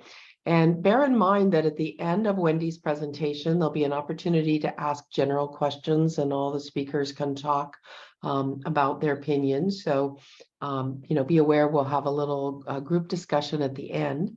So Wendy Stacey is the principal of the International Mayo School of Astrology and chair of the Astrological Association for, over 20 years now. She has written numerous articles for the Astrological Journal and is the author of Consulting with Astrology and Uranus square Pluto, both published in 2012. She has contributed to The New Generation, The Professional Astrologer, our book of OPA, Bitcoin, and in 2014, Wendy received the Charles Harvey Award for exceptional service to astrology. Wendy is a tutor on the MA Cultural Astronomy and Astrology course at the University of Wales, and I am delighted to bring Wendy to us for our fourth speaker. Thank you, Kay, and thank you, everyone. I feel like I'm really zoned out. It's been so lovely. I feel like I'm going to bring it to a thud, but I'll try not to. So Saturn and Pisces, I mean, I'm going to sort of strip it back and take it right back to really simplistic stuff. I mean, I think there's a lot of keywords being talked about today, and I want to revisit them because I think especially when Mallory mentioned that, you know, it's oxymoronic, Saturn and Pisces, they're quite different principles. They do have some similarities, but they operate from quite different platforms. And so here we just remind ourselves that Saturn is, you know, the guardian, and all these wonderful descriptions today, you know, Gina talking about the gatekeeper. And then we think of Pisces, which is just so imaginative. And so, you know, time is not linear for Pisces. And so we have these two contradicting principles that are going to come together. And what is so interesting about this particular ingress of Saturn, we'll look at the chart in a second, is that it rules a very important point in history, particularly where we have Pluto and Capricorn ingressing into Aquarius in just a week. But then it goes back and forth from Capricorn to Aquarius, you know, 5 times from now until November 2024. So Saturn, and of course Saturn rules both Capricorn and is co-ruler of Aquarius. So the nature of its role in Pisces is going to be fascinating to watch, because it will rule both. It will wear quite different cloaks, as Saturn is at its anaretic degree of Pluto is at the anaretic degree of Capricorn, and then as it moves into that very you know, special 0 degrees of Aquarius. So Saturn's position is really important, and we think of this here, Saturn ruling all these things, approval. It is about regulation, but also deregulation, approval and disapproval, things like this. And we're going to see both. It's going to be, you know, everything, everywhere. And it is going to do that. It's about legitimizing things, but also about delegitimizing things as well. Saturn is conscious. It's very real. And it's about keeping us ethical, or certainly with Pluto and Capricorn at that degree, it is 2951, I think it is, whatever it is today, makes us accountable. It brings those responsible. It is and it is status. It's about those who stand tall. And Saturn is interested in material things. It's interested in economics, science, population, colonization, and things like that. It is an authority, and it wants to control the masses. It requires discipline. It's interested in structure in every form. Every infrastructure we have in society is a Saturnian one. It's about order. It rules time, and it rules architecture. And then when we think about Pisces and all the things that contradicts all that, you know, Pisces is about, we say addiction, but, you know, addiction is much more than, you know, just addiction. It's about altered states. It's about bending minds and also, you know, escaping from reality. It is about the industries of drugs and medication, pharmaceuticals, alcohol, and other mind-altering substances. You know, we're living in an era where Neptune is in Pisces. The last time this happened in the early 1800s, you know, when we had Saturn and Neptune in Pisces. We live in such a different world now. And it is ever changing, and it's going to be even more ever changing moving forward from this point, from this week, as Pluto moves into Aquarius. You know, Pisces is about spirituality and religions. Saturn is about institutionalizing that sort of thing.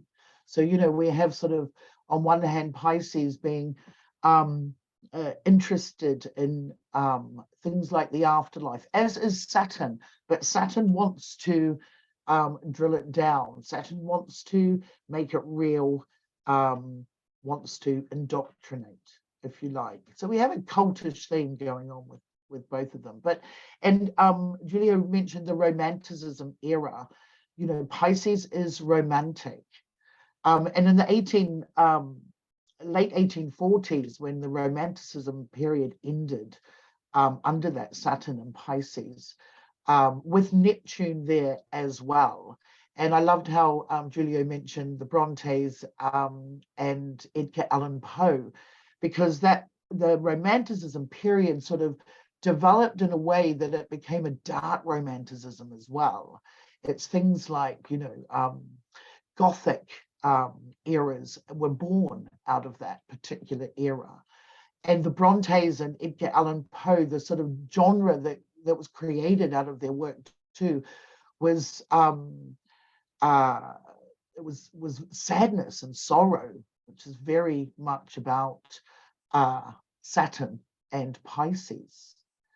You know, and when we apply these Saturn principles, and, you know, Pisces, the sign is the means of how this will develop as well. We have, you know, Pisces, when we think of Pisces, you know, psychology, psychiatry, things that are psychic, which all developed when Neptune actually was in Pisces in the 1850s, as did things like the Institute of Nursing and things like that. Now we have Saturn in there. These are the really great things that will be institutionalized. We have oceans, water, sea levels, coastal areas, all being very topical at the moment. I loved how Gina mentioned Waterworld, and that being the most expensive movie at the time. Pisces is about inflation. It is about anything inflationary. It is all, it is everything. It's all encompassing, it's universal. But the interesting thing that I remember from Waterworld, and I wrote about in my article as well, is that, you know, this is about conceiving living in the water. This is a very Saturn and Pisces concept. It is about actually architecture in the water, or actually having no land, which that movie was very pivotal in its signature. And at the same time that movie came out, we were in Dubai, on the other side of the world. People, you know, the people from the UAE were building massive structures in the ocean. You know, and this was happening under the 1994, 1995 Saturn and Pisces. The biggest sort of iconic architectural building on the planet is the Burj Al Arab, that was built out of that last ingress of Saturn and Pisces. And, you know, similar to, you know, the inflationary expense, no one to this day knows how much it costs. This is a building that's been built in the sea. It has its own island, and paved the way for many other architectural innovations of building in the sea. It's like, you know, we've colonized the sea. This is what's happened. I mean, that particular building of the Burj Al Arab has the entire, you know, foyer, which, you know, stands at, you know, God knows how many hundreds of meters high, lined with aquariums, you know, and was probably one of the benchmarks in architecture, which now, you know, sort of leads in terms of architecture in the world. And we're going to see more of this with Saturn and Pisces, especially with Pluto and Capricorn moving to Pluto and Aquarius. So we're going to, you know, we've got also realizing that Saturn, you know, when you're thinking about, you know, the earth, and Pisces, the water, and now Pluto moving into Aquarius, it's going to bring air themes as well. So we've got a lot of interesting architectural, well, everything on the planet. But when I'm thinking of architecture, you know, we're going to be going higher. perhaps no, it's not going to be so, it's going to be more merging with the sky, rather than competing on what building is higher. And you know, Pisces is about chaos and the abyss, whereas Saturn, when you have Saturn and Pisces, there's a need to, again, legitimize it and also delegitimize it as well. Sort of both Saturn and Pisces is interested in the past and history, Saturn with time, but Pisces also with, you know, reflecting on what has gone before. Where we think of the collective unconscious, Pisces is universal. It's everything. It's this end of the zodiac. It's been there, done that. It rules everything. It is the collective.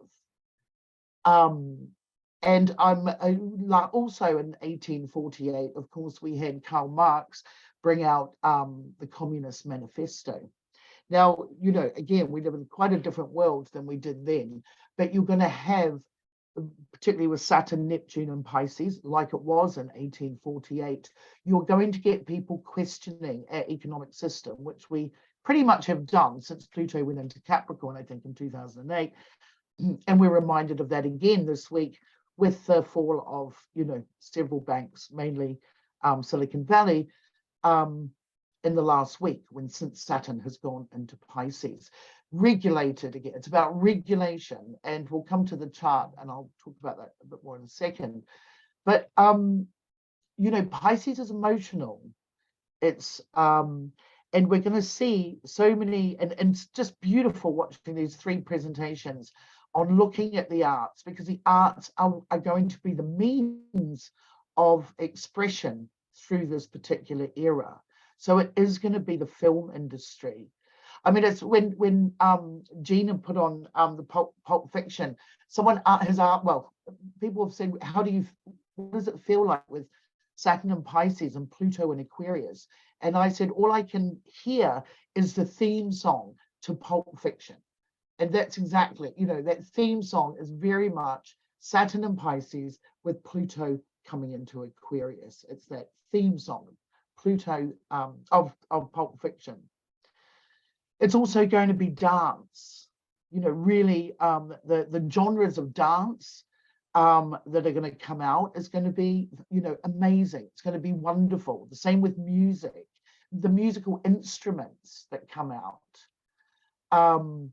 anything to do with the arts, the type of paintings and all of this. This is going to be a very interesting historical era, particularly because it rules Pluto's ingress back and forth through Capricorn and Aquarius between now and November 2024. Things like yoga and meditation. We're going to be more disciplined in those sort of arts, Tai Chi, things like that.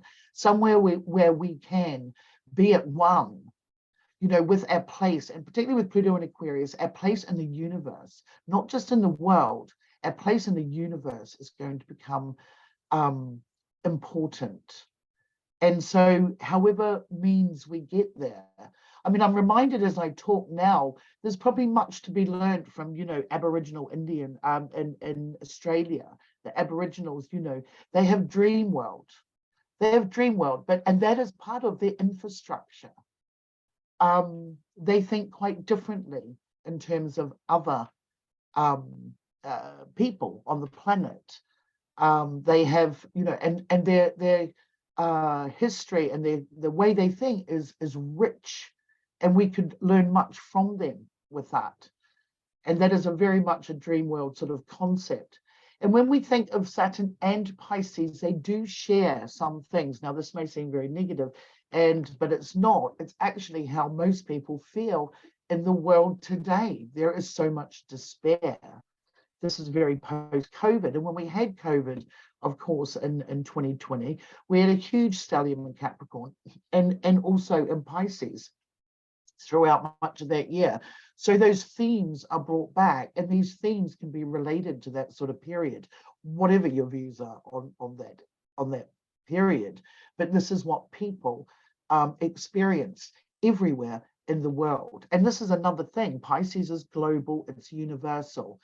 We now operate in a global society although, everyone's struggling with their own nations, but actually it's a globe. Every issue that every nation is trying to combat, whether it's inflation, economic issues, instability within governments. I mean, there's not many countries in the world that are not feeling the same thing. There's very few. In fact, I don't know if there's any countries that don't feel all these things. And it really is a point in time where countries need to unite and address these issues together, because they cannot be solved in part. So we have these sort of concepts of Saturn and Pisces, of despair, oppression, guilt, and sin. And whilst Pluto is at that end of Capricorn, it is a reminder of death and loss and endings and grief and things like that. And Saturn and Pisces is going to make us look at how we deal with that, how we manage it, how we talk about it, why it's so uncomfortable. It shouldn't be. It's the only certainty of life, yet it still remains such a taboo to talk about. And so, yeah, concepts of fate, concepts of afterlife, all these things are going to be debated. All these things are going to be, redrawn, all of them. It's about integration. I mean, there is the possibility of assimilation as well as we head towards a more global society. I think of, botany and people like Charles Darwin, who, due to his, collecting botany through that Neptune and Pisces, the last Neptune and Pisces, he was able to contribute very much to the science we have today. At the same time, healing, like for example, the Institute of Nurses, or even homeopathy, developed very much during that time. I mean, another, thinking of the film industry too, the photography that came out of the 1850s, which led to the first films in 1890s, we think now Neptune's back in Pisces, the whole world is a photographer. Everyone with a phone is a photographer. We have, Neptune and Pisces. With Saturn there as well, this becomes much more institutionalized. And, when you think of Saturn and Pisces, when we come back to water, we think of ice. And, when I was writing the article, I was fascinated to find that, that certain ice skating, in particular, I don't know what you call, sort of like amateur ice skating, became up the ranks in international, acclamation. And the I, Tonya movie was about that sort of scandal the last time Saturn was in Pisces in the 1890s.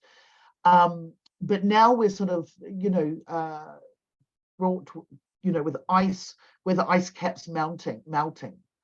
And I'm, watching those imageries of Giulio's, the whales in the water, because in my article I was writing, if ice caps melt to a certain extent and, sea levels rise and sea levels temperature changes and things like that, we're looking at the actual oceanic routes that, that oceanic creatures take. So our whole waterways, our whole underwater ways are likely to change if they haven't already. We also don't know what exists under so many meters in our ocean. There's so many creatures exist we don't even know about. There's so much of that. So Saturn and Pisces is going to, legitimize that. It's going to hopefully give us the, insight into understanding and deeper oceans on a much better level without colonizing it. And of course, Saturn and Pisces is about a yearning for something greater than ourselves, both of Saturn and Pisces. It's about aspiration. They're both about aspiration. And with Pluto and Aquarius, this makes it, and someone wrote in the chat box when the whales were in the water, someone wrote about the Star Trek movie. Well, that's very much symbolic for me when you think about this Saturn and Pisces ruling this Pluto in Capricorn going to Aquarius back and forth from now until 2024 November. So the next, good couple of months. This is a chart, of course, for the Pisces ingress. This is set for Greenwich, and I have got one for America too. But and well, this is the one for America when we look at it, set for Washington DC. But when we think about this particular ingress, Saturn is unaspected. Now I'm using the Ptolemaic. You can absolutely use Keplerian aspects if you wish, and you can widen your orb. There's no hard and fast rules here. But Saturn is unaspected, which is very interesting in terms of its ingress. When Pluto went into Capricorn in January, November 2008, it was also unaspected. And we've had a very strong Pluto and Capricorn journey. And we're still at the end of, we're still not finished with it yet. Saturn is maverick when it's unaspected. It operates alone, it operates in isolation, but it does rule that analytic degree of Pluto. So, and then Aquarius. So this is going to be more exaggerated. It's going to be more maverick. It's going to be as an unaspected planet. It's going to be sort of very hyper, if you like, is probably the best word to use.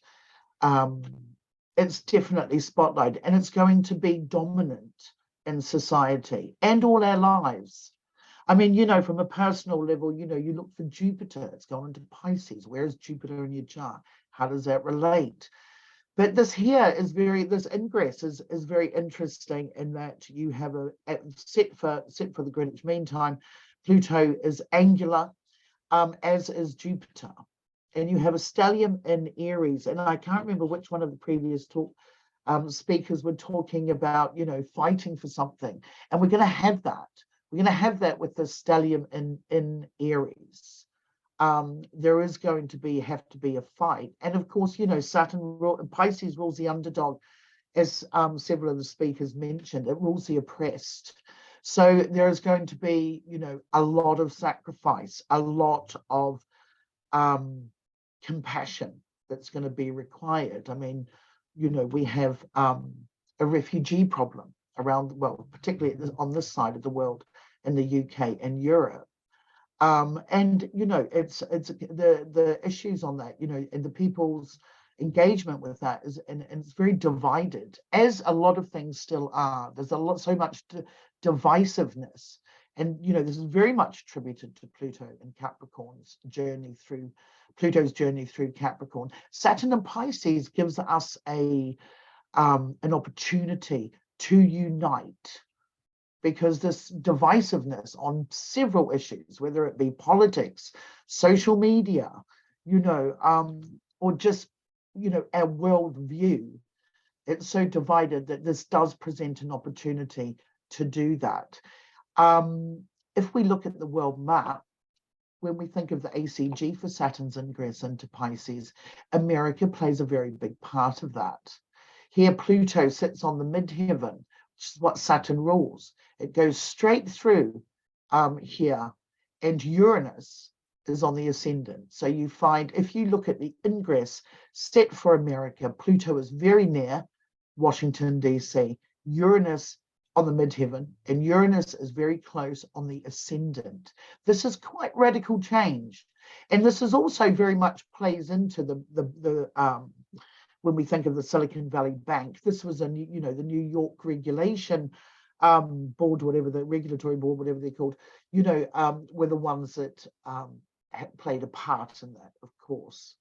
So, but you think of, like, you look at Saturn on the IC down here. Oh, sorry, this Saturn on the IC runs up through Australia. I'm going to leave this on. You can look at this later because I'm going to run out of time. You can look at the Saturn on the ascendant running through California. And you'll also find Saturn on the descendant running through. It'll be over here in China somewhere, or in Asia. So, you could also argue, this is very much about AUKUS, the American, Australian, British, coming together to build submarines. It's a very Saturn and Pisces thing. This is going to be of issue in the next couple of years. So all these things, anything, shipbuilding, submarine building, anything to do with that is going to be very topical and something that we need to look at. Here is the chart for the Saturn ingress set for Washington. That's where the angular Pluto and the angular Uranus is. And of course, the nodes sit on the ascendant descendant set for America. So we can look at this in terms of America, in terms of, we can interpret this in many different ways. It's going to be a fatalistic, sort of karmic feeling about this, with the node sitting on that ascendant. The North Node sits on the ascendant. And it's going to be about economics. It's in Taurus and Scorpio. And we have the downfall of these banks. Uranus, in Taurus, Pluto and Aquarius, they're all cryptocurrency banks, they're all startup banks, they're high-tech banks. So this is also going to be of, this is what's going to dominate the press between now and November next year. So, I'm just, that I also want to say that when Saturn is in Pisces, back to that underdog and oppression, there was a couple of things. In 1994, John Pope Paul II came out and said some very vile things about homosexuality. There is a concern that we can get into sort of dogma stuff, and there's going to be sort of a lot of religious things coming out underneath this astrological umbrella as well. However, there's also some very positive things as well. In 1994, we had the first South African elections that included everybody, and we're talking dozens of millions of people being able to vote for the first time post-apartheid in South Africa. That is a very Saturn and Pisces thing. It is about universal concepts. It's about unity. It's about the collective.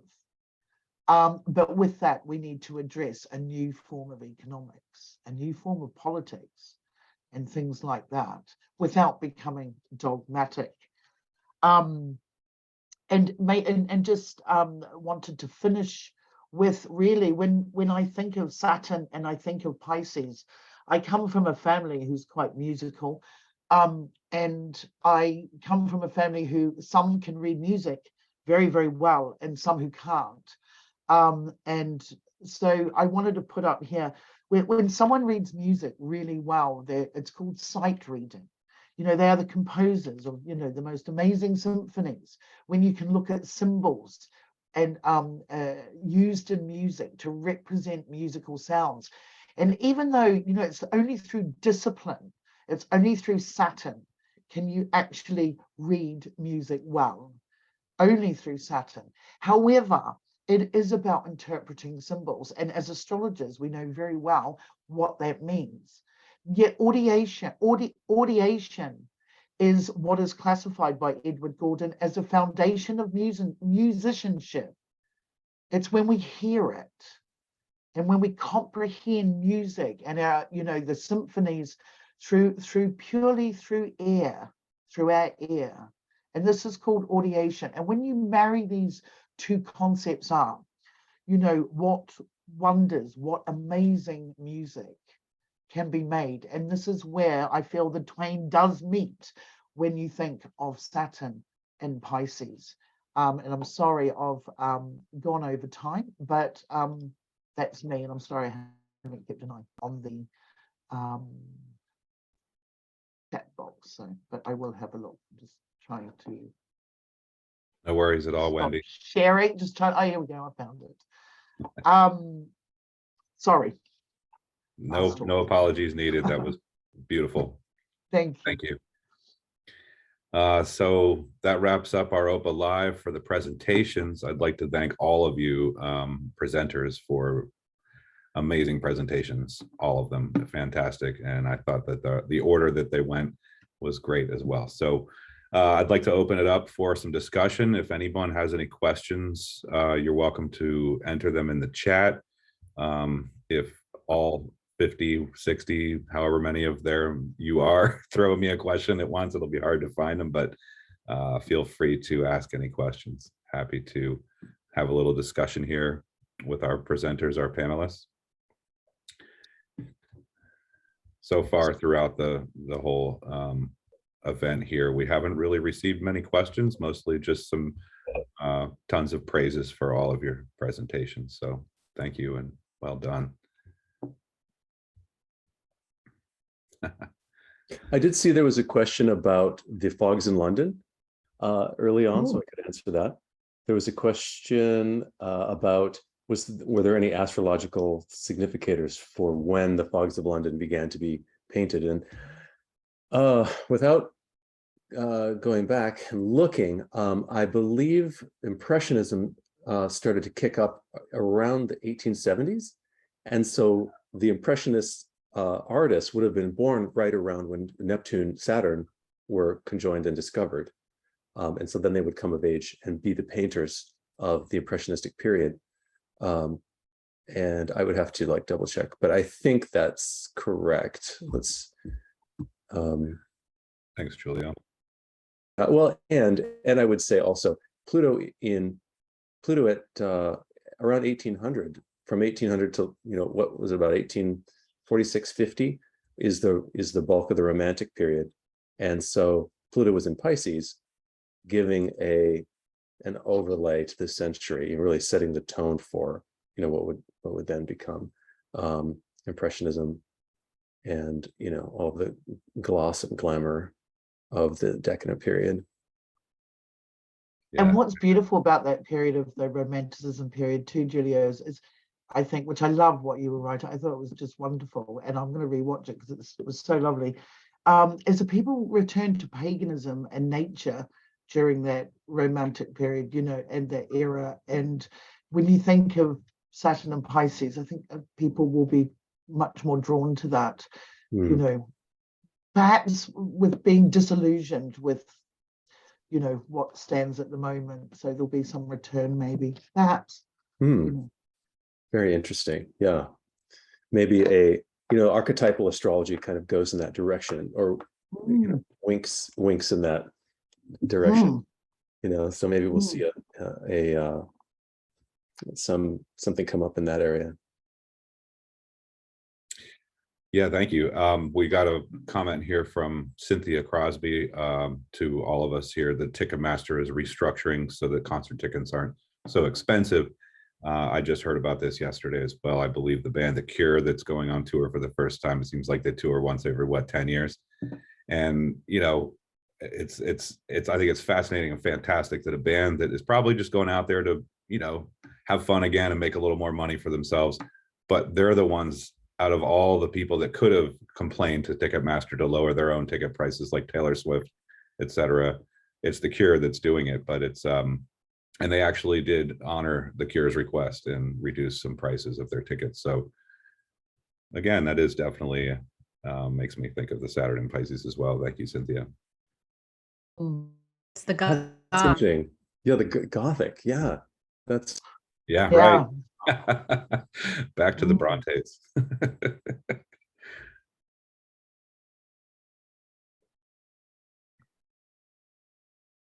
And Mallory, your comment about Walt Whitman and Emily Bronte being born only with that about a year apart. That's fascinating. And the same stellium there in Pisces. Yeah, totally. The sort of Gothic literature manifestation that the Bronte sisters kind of have with that Saturn and Pisces thing. And then Whitman takes it to a whole nother level, I think, again, when it comes to how he deconstructed poetic structure. So it's not so much the spooky Gothic, type of Saturn and Pisces. It's more of the liberation of the verse itself, I think, for Walt Whitman. Yeah, kind of destroying the limitations. Well, it doesn't seem like we have a lot of questions, or any questions, I should say, but I I love everyone's comments about how great this presentation was, and I absolutely agree. And I'm honored to be here hosting this with Kay. Kay had to leave for a class. So I just want to remind everyone real quick here that coming up next month is OPA's online conference called Time for Technique. And the early bird price of $145 for members ends April 1st. So if you are interested in this, the price really is, in my opinion, quite affordable for such an incredible array of astrologers presenting. So look into that, go to opaastrologyevents.org and check it out. So thank you, everyone. And thank you, Mal and Gina and Giulio and Wendy. It's great to see you all again. And I hope everyone has a wonderful rest of your Sunday, wherever you are. Thanks, Jeff. Thanks so Thanks, much. Jeff. It Yeah, was great. brilliant. Take care, everyone. Thanks, everybody. Bye. Bye. Bye-bye.